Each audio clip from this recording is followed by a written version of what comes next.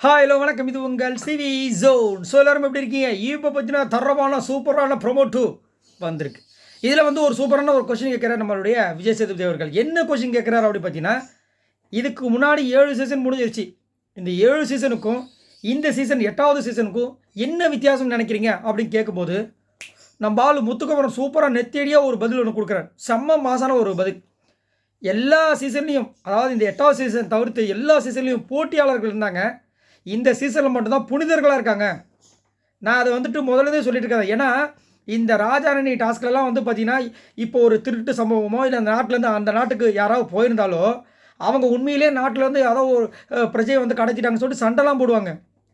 நிறைய விஷயங்கள் நடந்திருக்கு. அமுதவாணனுக்கும் நம்ம அசீம்கும்லாம் சண்டை நடந்திருக்கு. அவரோட ஃப்ரெண்டு ஒருத்தர், அவர் பேர் ஞாபகம் இல்லை, அவரோட பேர் கதிர். அவர் வந்து ஒரு இது லாக் பண்ணியிருப்பாங்க. அப்போ வந்து சண்டை போட்டிருப்பார் நம்ம அசீம். பயங்கர பிரச்சனையாக போயிருக்கு அந்த வாரமே. பயங்கரமாக இருக்கும். கடைசியில் கதிர் வந்துட்டு அசீம் காலே வாரி விட்டுருப்பார். அது வேறு விஷயம்.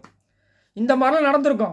ஆனால் இவங்கெல்லாம் வந்துட்டு, ஐயோ பாவம், இந்த நாட்டிலிருந்து நீங்கள் தப்பி ஓடிவிடுங்கள், ஒன்றும் பிரச்சனை இல்லை, சரி நீங்களே பத்திரமாக பார்த்துக்கொள்ளுங்கள், தீபக் முத்துக்குமரை பத்திரமாக பார்த்துக்கொள்ளுங்க, எங்களை விட நீங்கள் நல்லாவே பார்த்துக்குப்பீங்க. என்னையா நடக்குது இது? ராஜாராணி டாஸ்க் மாதிரியா இருக்குது அப்படின்ற மாதிரி இருந்துச்சு. ஸோ அதனால் சூப்பராக வந்து முத்துக்குமரன் வந்துட்டு அழகாக புனிதர்களாக மட்டும் தான் இருக்காங்க அப்படின்ற மாதிரி சொல்லியிருந்தார். சௌந்தர்யா. ஸோ இந்த ப்ரொமோ பார்க்கும்போது நம்மளுக்கு இந்த டாப் 5 யாரெல்லாம் வர போகிறாங்கன்ற மாதிரி அவங்க ஒரு க்ளூ கொடுக்குறாங்கள மாதிரி தோணுது. உங்களுக்கு அது தோணுதான்னு சொல்லுங்கள். ரெண்டாவது சௌந்தர்யா என்ன சொல்கிறாங்கன்னா, சார் இந்த சீசனில் எல்லாருமே சேஃப் கேம் சார், ஒருத்தரும் ஒழுங்காக வந்து உண்மையாக இருக்க மாட்டாங்க சார், ஓப்பனாக பேசவே மாட்டாங்க, எல்லாம் சேஃப் கேம் அப்படின்றாங்க. உண்மையாக சொல்லப்போனால் அது 99% உண்மை. இந்த இப்போ வர்ஷினியை வந்துட்டு நேற்று வந்து இண்டிவிஜுவல் பர்ஃபார்மர்ஸ் யார், அதுக்கப்புறம் யார் கேமை இன்னும் ஸ்டார்ட் பண்ணலாம் அப்படின்னு சொல்லும்போது ஒரு 2 பேர் வர்ஷினியை சொல்லிட்டு மீதி எல்லாம் மாறி சொல்ல. இப்போ ஜாக்லின் வந்துட்டு நம்ம விஜய் விஷால சொன்னாங்க, அந்த மாதிரி சொல்லலாம். ஆனால் என்ன பண்ணுறாங்க, வர்ஷினி தான் ஒன்று கிடச்சிருச்சுல, அவங்களே குத்துவோன்னு சொல்லிட்டு எல்லோரும் அங்கேயே குத்துறாங்க. ஃபஸ்ட்டு பர்ஃபார்மன்ஸ் தான் எல்லோரும் அங்கேயே குத்துறாங்க.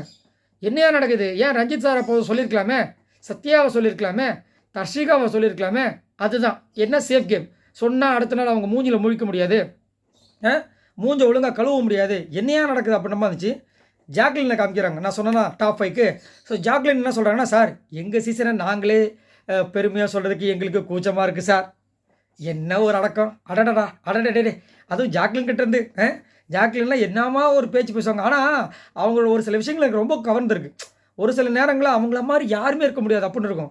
ஒரு சில நேரங்களில் அவங்கள மாதிரிலாம் யாரும் முடியாது, இப்போ இருக்க முடியாதுப்பா, என்ன பேச்சு பேசுகிறாங்க அப்படின்ற மாதிரி இருக்கும். அதுவும் ஒரு சில நேரங்களில் அந்த அன்னை தர சமையல் பண்ணுறதுல பயங்கர ஹைலைட்டு. ஆனால் இப்போ வந்து அவங்க வந்து சொல்கிறது ஓரளவுக்கு சரி ஓகே. அடுத்தது சிவகுமாரை காமிக்கிறாங்க. என்னையா நல்லா 3 பேர் சூப்பராக காமிச்சிட்டு சிவகுமாரை காமிக்கிறீங்கன்னு.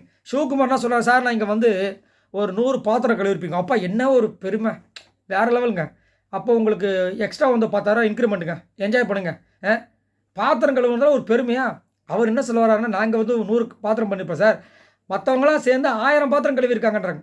அப்போ என்ன அர்த்தம்னா, இங்கே வந்தவங்களாம் வெறும் பாத்திரம் மட்டும் தான் வளர்க்கிருக்காங்களே தவிர அவங்க பாத்திரத்தை ஒழுங்காக வந்துட்டு பண்ணலை அப்படின்ற மாதிரி வச்சு செய்கிறார்.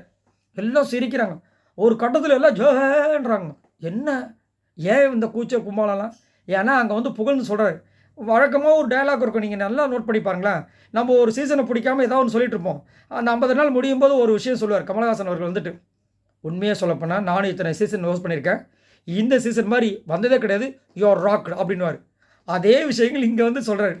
சூப்பராக கைத்தட்டி சொல்கிறாரு, நல்லா பண்ணியிருக்கீங்க, இந்த எல்லா சீசனை விட இந்த சீசன் நல்லா இருக்குங்கிற மாதிரி சொல்லும்போது அங்கே பக்கம் வந்துட்டு எல்லோரும் அதை உண்மை நம்பி கையை காலை ஆட்டிக்கிட்டு என்னத்தை சொல்ல இந்த மாதிரி போயிட்டுருக்கு இந்த ப்ரொமோட்டில். சரி, இதுக்கு அடுத்தபடியாக இன்னொரு விஷயம் ஒன்று வந்திருக்கு, அப்டேட் மாதிரி. ஆல்ரெடி வந்து இந்த வாரத்தில் யார் வெளியே போகிறாங்கன்ற விஷயங்களும் ஒரு பெரிய சர்ச்சையாக ஏற்படுத்திருந்துச்சு. அது மட்டும் இல்லாமல் அந்த அன்அஃபிஷியல் ஓட்டிங்ஸ் படி தான் இத்தனை வருஷமும் போயின்னு இருக்கு. ஆனாலும் ஒரு சில பேர் வந்து அதெல்லாம் கிடையாது, அஃபிஷியல் ஓட்டிங் ஒன்று இருக்குது, சரி எங்கே இருக்குது காமிங்க அப்படின்னா காமிக்க முடியாது, அது நல்லவங்க கணக்கு தான் தெரியும். ஓ, அப்போ எனக்கு கண்டிப்பாக தெரியாது, உங்களுக்கு யாருக்கெல்லாம் கணக்கு தெரியுதுன்ற சொல்லுங்கள். முதல்ல அவங்களுக்கு தெரிஞ்சுதா, எனக்கு தெரிஞ்ச நான் ஏன் வந்து உங்கள்கிட்ட வந்து கேட்க போகிறேன்? அப்போ யாருக்குமே தெரியலனா அப்புறம் அஃபிஷியல் ஓட்டிங் யார் கண்டுபிடிச்சதுன்ற மாதிரி இருக்குது. அன்அஃபிஷியல் ஓட்டிங்ஸாக முதலேருந்தே இருக்கிறது. இன்னுமே ஒரு சில பேர் வந்துட்டு ஒரு சில யூடியூப் சேனலில் பார்த்தீங்கன்னா அஃபிஷியல் ஓட் படி இவங்க அங்கே இருக்காங்க, அப்போ அவங்க இங்கே இருக்காங்க. ஆனால் அன்அஃபிஷியலில் இவங்க அங்கே இருக்காங்க, ஆனால் அவங்க இங்கே இருக்காங்க. என்னையா சொல்கிறீங்க? கொஞ்சம் பார்த்து பேசுங்கயா. அதாவது யாருக்குமே ஒரு விஷயம் தெரியலன்னா இஷ்டத்துக்கு சொல்லலாம், அதானே கரெக்டு? அதான் நான் சொல்லுவார் பாருங்கள், எனக்கு ஐஜி நல்லா தெரியும், ஏன் அவருக்கு எனக்கு தெரியாது, அதனால் எனக்கு தெரியும் நான் சொல்லிக்கிறேன் அந்த மாதிரி.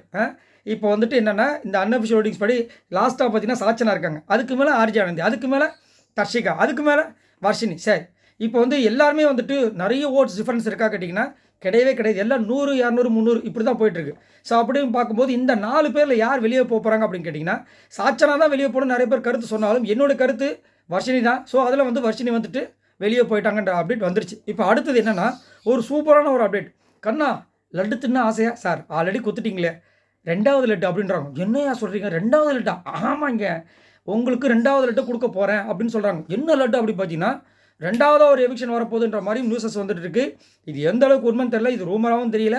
பட் வரப்போகுது, வந்தால் வேறு மாதிரி இருக்க போகுது. அதில் யார் போகணும்னு நினைக்கிறீங்கன்றதை சொல்லுங்கள். என்னையை கேட்டிங்கன்னா நான் காலையில் சொன்ன மாதிரி வர்ஷினி வெங்கட் வந்து சுத்தமாக கண்டென்ட் கிடையாது. என்னைய 2வது எவிக்ஷனில் கேட்டிங்கன்னா ஒரு சூப்பரான ஒரு விஷயத்தை வச்சு ரஞ்சித் அனுப்பிச்சிங்கன்னா ரொம்ப நல்லாயிருக்கும். சத்யா அனுப்பிச்சாலும் சந்தோஷம் தான். இப்போ அது வந்து நடக்கிறதுக்கு வாய்ப்பு இல்லை. அதனால் நான் என்ன சொல்கிறேன்னா தர்ஷிகா இல்லை ஆனந்தி, இவங்க 2 பேர் யாராவது ஒருத்தர் அனுப்பலாம். அதுலேயும் பெஸ்ட்டு பார்த்தீங்கன்னா தர்ஷிகாவோட ஆனந்தி அனுப்புறது பெஸ்ட்டுன்றது என்னோட கருத்து. உங்களோட கருத்தை சொல்லுங்கள். அடுத்தது பார்த்தீங்கன்னா ஒரு சம்திங் ஒரு விஷயம் வந்து பயங்கரமாக வெடிக்க போகுது. அதாவது ஒரு குறும்படமோ இல்லை ஏதோ ஒரு விஷயம் பண்ண போகிறாங்க. என்ன அப்படின்னு பார்த்தீங்கன்னா இந்த திருட்டு பிரியாணி, இருட்டு கடை பிரியாணி. எல்லாருக்குமே சோறு இல்லாமல் வந்துட்டு எல்லாம் வந்து டென்ஷனில் இருக்காங்க. இவங்க மட்டும் வந்துட்டு அதாவது ஒரு சில நாடுலலாம் நீங்கள் நல்லா நோட் பண்ணிங்கன்னா பார்க்கலாம். ஒரு பக்கம் பங்களாவாக இருப்பாங்க, சாப்பாடை வந்துட்டு வேஸ்ட் பண்ணுவாங்க, குப்பையில் கிடக்கும். ஒரு பக்கம் சாப்பாடு கஷ்டப்பட்டுட்டு அந்த குப்பையில் போட்ட சாப்பாடை சாப்பிடுவாங்க. இது எல்லாமே ஒரே இடத்துல தான் நடக்கும், ஒரே ஏரியாவில் நடக்கும், ஒரே தெருவில் நடக்கும். இதெல்லாம் நடக்கும். ஒரே பிக் பாஸ் வீட்டுக்கு நடந்து நீங்கள் பார்த்துருக்கீங்களா? நேற்று நடக்குது. நைட்டு வந்து பார்த்தீங்கன்னா ஒரு 5 பேர், கேர்ள்ஸ் டீமில் வந்து ஒரு 3 பேர், பாய்ஸ் டீமில் ஒரு 2 பேர், விஜய், விஷால், அருண், இந்த பக்கம் தர்ஷிகா, அன்ஷிதா, ஆர்ஜி ஆனந்தி. நைட்டு வந்து யாருக்கும் தெரியாமல் கஷ்டப்பட்டு எல்லோரும் சம்பாதிச்ச அந்த ப்ரொவிஷனை வச்சு அடுத்த நாள் இன்னும் ஒரு நாள் இருக்குது, அதுக்கு தேவையான ஃபுட்டுக்கு அந்த ப்ரொவிஷனை வச்சு தான் சாப்பிட முடியும். இவங்களாம் வந்துட்டு அந்த ப்ரொவிஷனை யூஸ் பண்ணி நைட்டு பிரியாணி ரெடி பண்ணி காலையில் நைட்டு மிட் நைட் பிரியாணி மாதிரி செஞ்சு யாருக்கும் தெரியாமல் சாப்பிட்றாங்க. இது என்ன கொடுமைனா சௌந்தர்யா வந்துட்டு நீ எல்லாம் என்ன அப்படின்னு சொல்லிட்டு கலாய்ச்சவங்களாம் சௌந்தர்யா நைட்டு வந்து திடீர்னு எந்திரிச்சிட்டாங்க, தூக்கம் வராமல் பாவம். ஹாலில் வந்து படுக்க வந்திருக்காங்க. இவங்க பார்த்தோன்னு பதறி போயிட்டு கீழே ஒளிகிறாங்க. இந்த அவமானம் உங்களுக்கு தேவையா? இந்த அசிங்கம் தேவையா? இவ்வளோ அசிங்கப்பட்ட அந்த பிரியாணி தின்னணும் ஆசையா? என்னையா இது இவ்வளோ கேவலமான ஒரு இதுவாக இருக்கீங்களே அப்படின்ற மாதிரி இருந்துச்சு. அதுக்கப்புறம் நான் அந்த பக்கம் ஹாலில் வந்து சௌந்தர்யா படத்துக்கப்புறம் நைஸாக எடுத்து போய் வெளியே போய் சாப்பிடும்போது கூட முத்துக்குமாரண்ணா ஒரு குத்து, ஜாக்லின் ஒரு குத்து, சௌந்தர்யாவோட ஒரு குத்து, என்னையா நடக்குது அப்படின்ற மாதிரி இருந்துச்சு. ஸோ அந்த விஷயங்களை இந்த இடத்துல வச்சு வெளுன்னு வெளுக்கிறாங்க அப்படின்ற மாதிரி ஒரு அப்டேட் வந்திருக்கு. இது உண்மையில் நல்ல ஒரு விஷயம். ஏன் அப்படின்னா இந்த மாதிரி வந்து இவங்க பாட்டுக்கு நைஸாக வந்துட்டு நான் அவங்கள விட புத்திசாலி, என்னை விட இவங்க முட்டாள், இவங்களாம் பார்த்தீங்கன்னா தூங்கிட்டாங்க, நாங்கள் எவ்வளோ அழகாக வந்துட்டு கிளவராக எடுத்தோம் பார்த்தீங்களா, இது நடக்கும். இப்போ ஒரு சில ஸ்கூல்லேயே ஏதோ ஒரு இடத்துல பார்த்தீங்கன்னா ஒருத்தன் வந்து ரொம்ப நேரமாக வெயிட் பண்ணுவான், ரூல்ஸை ஃபாலோ பண்ணணுன்னு வெயிட் பண்ணிகிட்டே இருப்பான். அது இந்த நார்மலாக நீங்கள் ஏதாவது ஒரு லைனில் கூட பாருங்களேன், நின்றுட்டே இருப்பான். திடீர்னு ஒருத்தர் டப்புன்னு உள்ளே பூந்து அதை வாங்கிட்டு போயிடுவான். இவன் அப்படியே பார்ப்பான் என்ன அப்படின்னு. அப்போ இவன் உக்காந்துட்டு ரூல்ஸை ஃபாலோ பண்ண எல்லாம் பண்ணணும்னு சொல்லிட்டு கரெக்டாக தூங்கிட்டு இருக்கவெல்லாம் முட்டாள். நீ நடுவில் வந்து பூந்துட்டு வாங்கிட்டு போயிடுவேன், நீ புத்திசாலி. இப்போ யாராவது ஒருத்தருக்கு தட்டி கேட்கணும்ல, அதை விஷயங்களை இன்றைக்கி தட்டி கேட்குறாங்க. நம்ம விஜய் சேதுபதி அவர்கள் தட்டி கேட்குறாங்கன்ற மாதிரி ஒரு நியூஸ் வந்திருக்கு. இது உண்மையிலேயே ஒரு பெரிய ஒரு விஷயம். இதை கண்டிப்பாக மற்றது எதோ கேட்குறாங்களோ இல்லையோ இதை கேட்டே ஆகணும் அப்படின்ற மாதிரி என்னுடைய கருத்து. பார்க்கலாம் என்ன நடக்குதுன்னு. ஸோ உங்களோட கருத்துக்களை சொல்லுங்கள். இன்னும் இந்த பிக் பாஸ் கேமில் நிறைய விஷயங்கள் நடக்குது, நிறைய விஷயங்கள் கேட்குறதே கிடையாது. இன்றைக்கி அவர் என்னென்ன விஷயங்கள் கேட்கணும், கண்டிப்பாக இதை கேட்டே ஆகணும் அப்படின்னா நீங்கள் எதை சொல்லுவீங்க? அதேமாதிரி டபுள் விஷன் வரப்போது சொல்லியிருக்காங்க, வந்துச்சுன்னா எப்படி இருக்கும், யார் அதில் போகணும்னு நினைக்கிறீங்க? மறக்காமல் இந்த வீடியோக்கு லைக்கை தட்டி விடுங்க, மறக்காமல் சப்ஸ்கிரைப் பண்ணுங்கள். பாய் நண்பர்களே.